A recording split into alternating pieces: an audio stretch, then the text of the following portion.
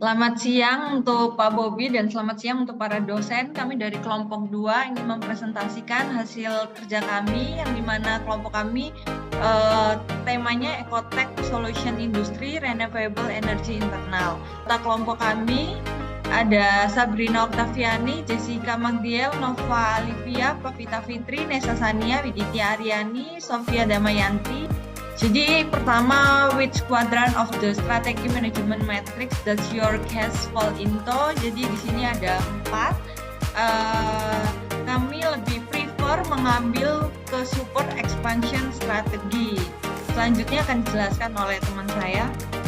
Nah, kami memilih expansion strategy karena support expansion strategy ini berfokus pada dukungan terhadap pertumbuhan dan ekspansi bisnis dengan tetap memperhatikan prinsip-prinsip keberlanjutan. Nah, beberapa strategi yang dapat dilakukan adalah dengan menginovasikan teknologi dalam proses operasional perusahaan. Contohnya yaitu menggunakan bahan-bahan organik untuk memproduksi biofuel, memanfaatkan sumber daya alam seperti sinar matahari menjadi panel surya, angin menjadi kincir angin yang bisa menjadi listrik, dan air laut atau PLTA untuk membuat pembangkit listrik. Selanjutnya kami untuk melakukan ekspansi. Nah, alasan yang pertama di sini ada peran teknologi inovatif. Ecotech ini memiliki keunggulan kompetitif dengan paten teknologi inovatifnya. Memanfaatkan paten-paten ini dapat membantu perusahaan untuk memperluas pangsa pasarnya dan memposisikan diri sebagai pemimpin di sektor energi yang terbarukan. Yang kedua ada tim teknik yang kuat. Tim teknik yang kuat ini dapat mendukung peningkatan produksi dan pengembangan produk baru untuk peningkatan produk yang sudah ada. Terus selanjutnya di sini ada yang ketiga, peluang lingkungan, insentif pemerintah dan peminatan publik untuk solusi berkelanjutan. Berbagai insentif pemerintah untuk energi hijau menawarkan peluang besar untuk ekspansi.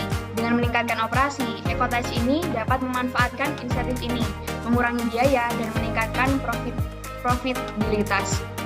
Permintaan publik yang semakin meningkat untuk solusi energi yang berkelanjutan, berarti ada pada pasar yang terus berkembang untuk produk Ecotech. Meningkatkan produksi dan upaya pemasaran dapat membantu perusahaan untuk memanfaatkan permintaan ini. Selanjutnya akan dilanjutkan lagi. Selanjutnya ada melakukan kampanye pemasaran. Berinvestasi dalam kampanye pemasaran yang ditargetkan dapat membantu meningkatkan kesadaran merek dan menarik pelanggan baru. 2. Ada biaya produksi tinggi. Pertama, ada ekonomi skala. Ekspansi dapat membantu mengurangi biaya produksi per unit melalui ekonomi skala. Selanjutnya ada optimalisasi proses. Berinvestasi dalam optimalisasi proses dan teknologi produksi yang lebih efisien juga dapat membantu menurunkan biaya. Yang ketiga ada hambatan regulasi. Pertama, mendirikan tim kepatuhan. Mendirikan tim kepatuhan khusus untuk menavigasi dan mengatasi tantangan regulasi dapat mengurangi ancaman ini. Selanjutnya ada upaya lobby. Melibatkan diri dalam upaya lobby untuk mempengaruhi perubahan regulasi yang menguntungkan juga bisa bermanfaat. Selanjutnya nomor 4, persaingan dan perusahaan lebih besar dari perusahaan lebih besar. Diferensi Ecotech dapat membedakan diri melalui teknologi inovatif yang kemampuan teknik yang kuat. Selanjutnya ada kemitraan strategis, membentuk kemitraan atau analisis strategis dalam perusahaan lain di sektor energi terbaru dapat memberikan sumber daya tambahan dan implementasi untuk ekspansi. Yang pertama ada riset pasar. Melakukan riset pasar yang menyeluruh untuk mengidentifikasi pasar target dan segmen pelanggan dengan potensi pertumbuhan tinggi. Lalu yang kedua ada investasi dalam pemasaran. Mengalokasikan anggaran untuk merekrut ahli pemasaran dan meluncurkan kampanye pemasaran yang komprehensif. Lalu yang ketiga ada skalakan produksi. Tingkatkan kapasitas produksi dengan berinvestasi dalam fasilitas baru atau meningkatkan yang sudah ada untuk mencapai ekonomi skala. Lalu yang keempat ada perkuat kepatuhan regulasi. Bangun tim kepatuhan regulasi yang kuat untuk menavigasi persyaratan hukum dan regulasi secara efektif. Lalu yang terakhir ada dorong inovasi. Terus berinvestasi dalam R&D untuk mempertahankan kepemimpinan teknologi dan mengembangkan produk baru yang memenuhi kebutuhan pasar yang muncul. Lalu selanjutnya dilanjutkan oleh teman saya. Bidang energi terbarukan. Yang kedua ada integrasi teknologi baru dengan sistem yang sudah ada untuk meningkatkan efisiensi dan kualitas produk.